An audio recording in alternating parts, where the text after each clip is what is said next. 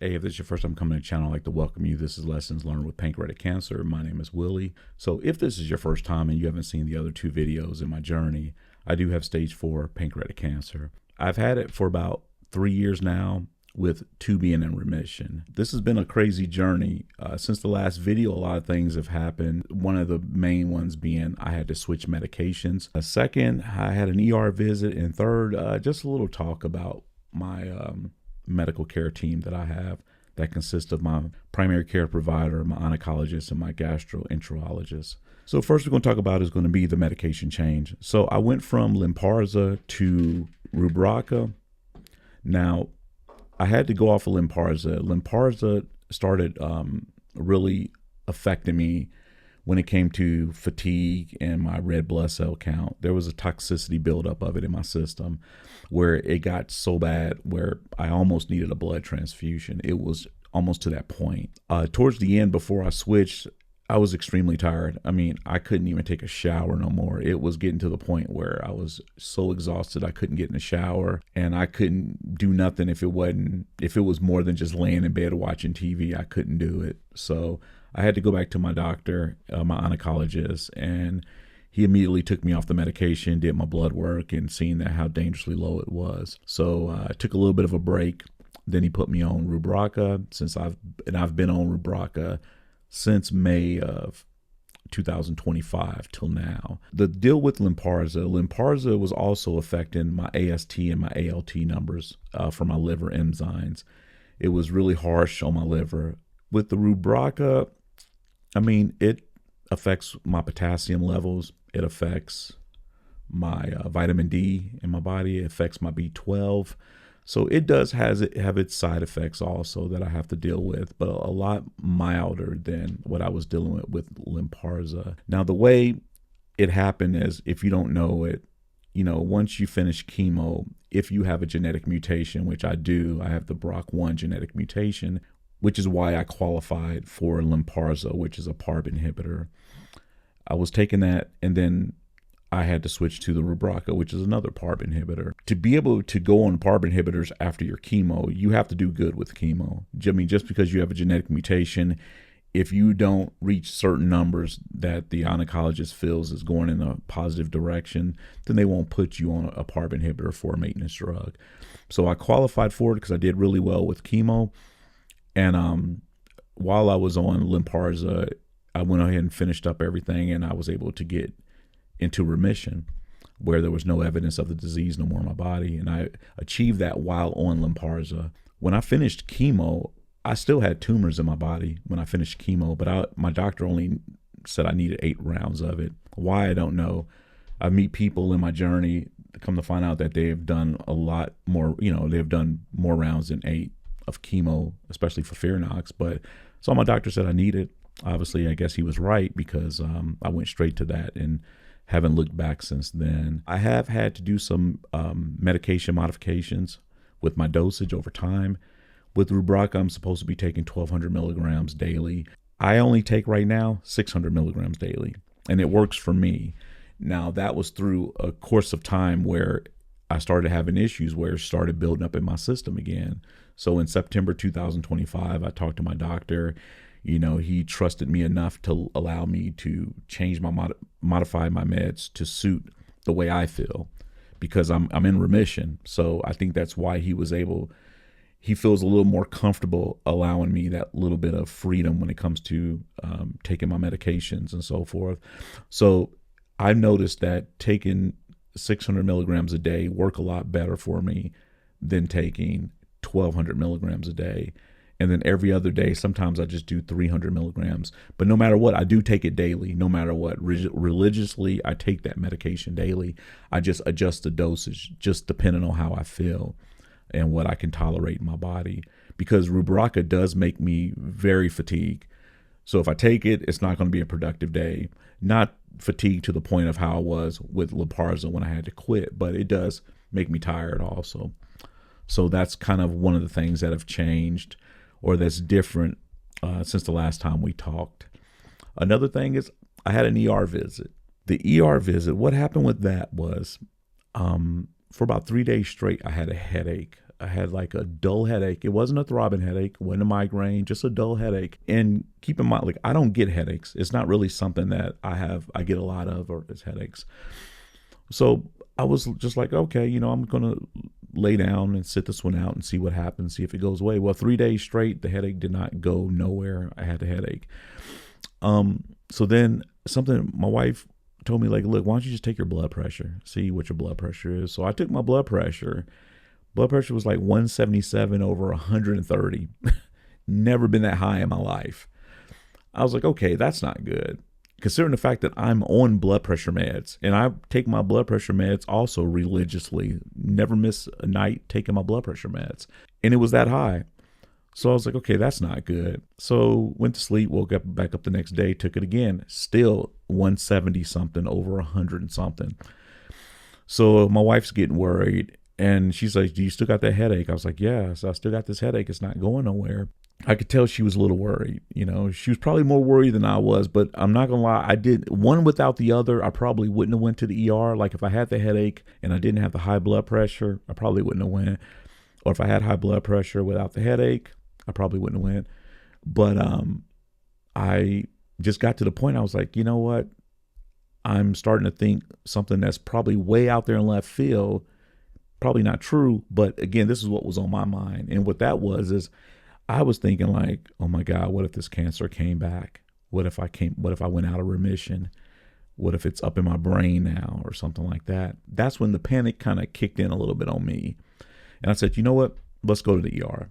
Because I wasn't scheduled for a doctor's appointment for, oh man, matter of fact, no, before I lie about that, I was scheduled for a PET scan. Like, within 24 hours from me going to the ER, I was scheduled for a PET scan. But I went to the ER that night because I knew my wife was not going to be able to relax until I got some type of a CT scan. So I went to the ER, checked in. They did my blood pressure, still high.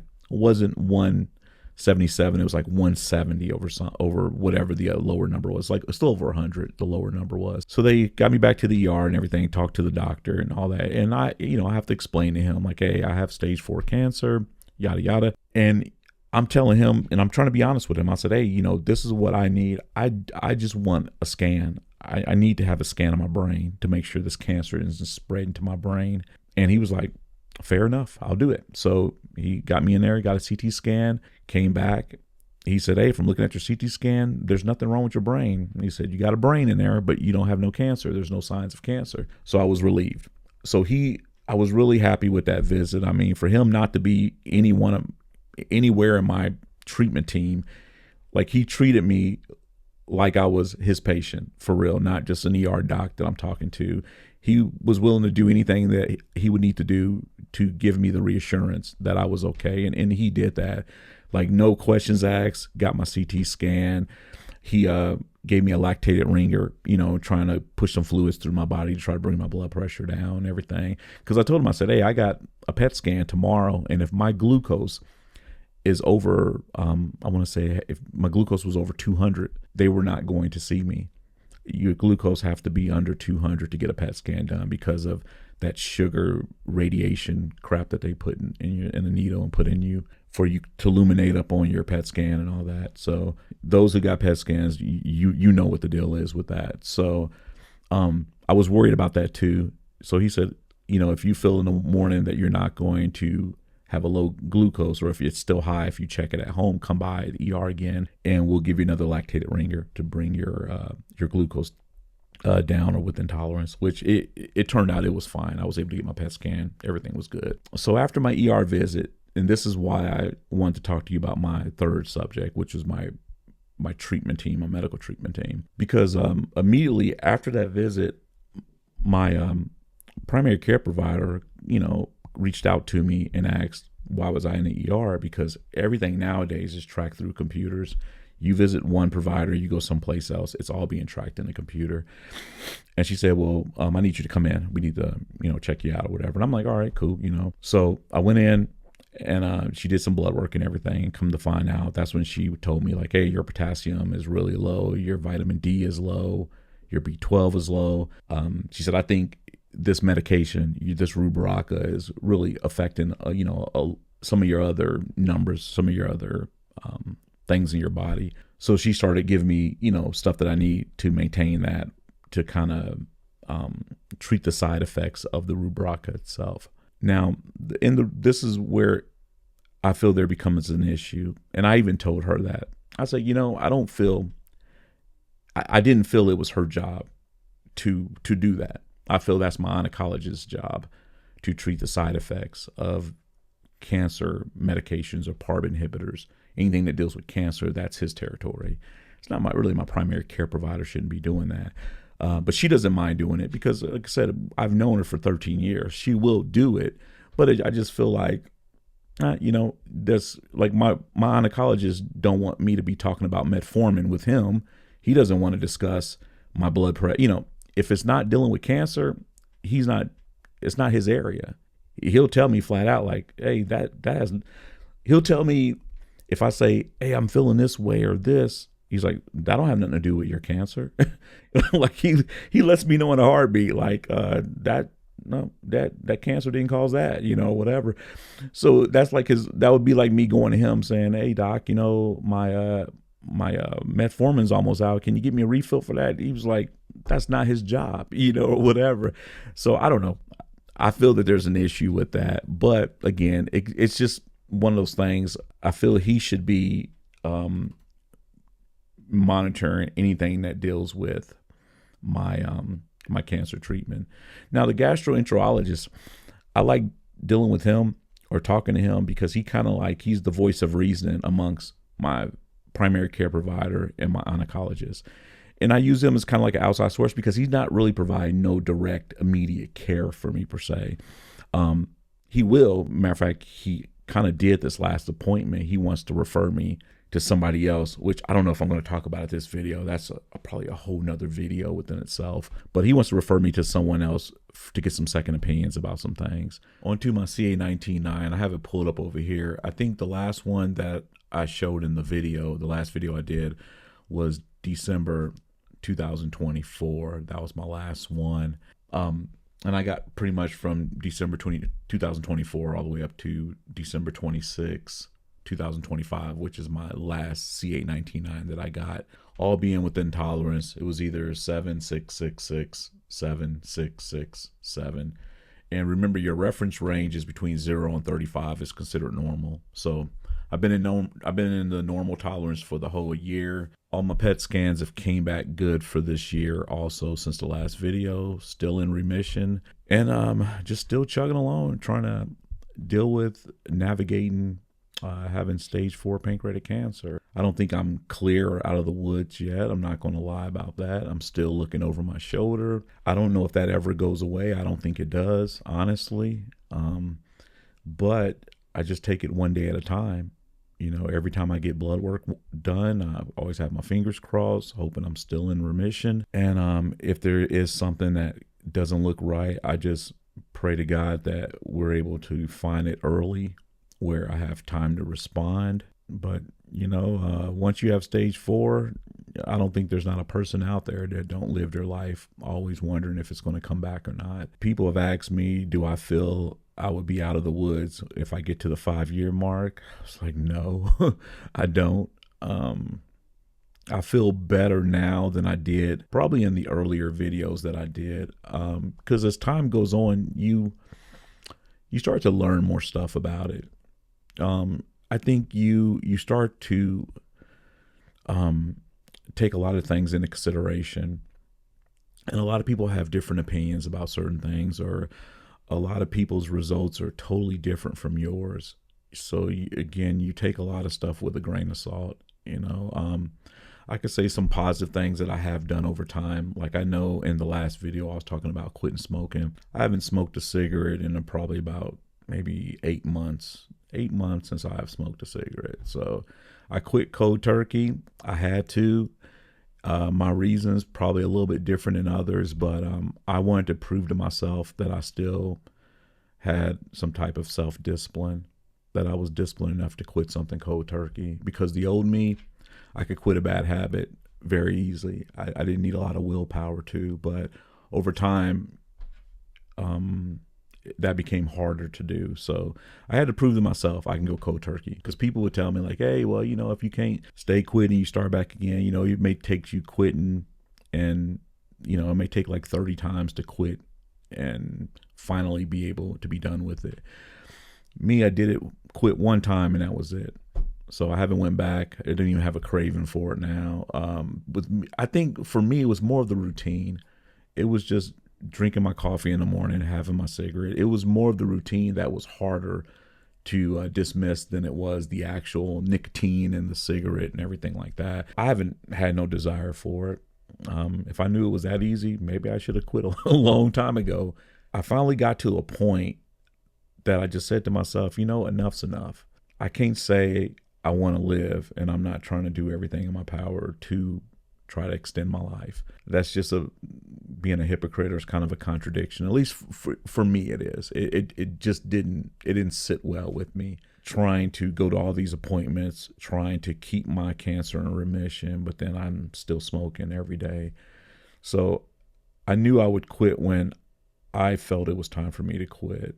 And I felt at that point in time, I said, if I'm going to get serious about this, trying to extend my life, I need to do things and get behaviors of a person that is trying to extend their life, and be serious about it. Other than that, I'm getting healthier, with that. I'm gaining probably more weight than what I need to be. Like right now, I weigh about 219. I've never weighed 219 in my life.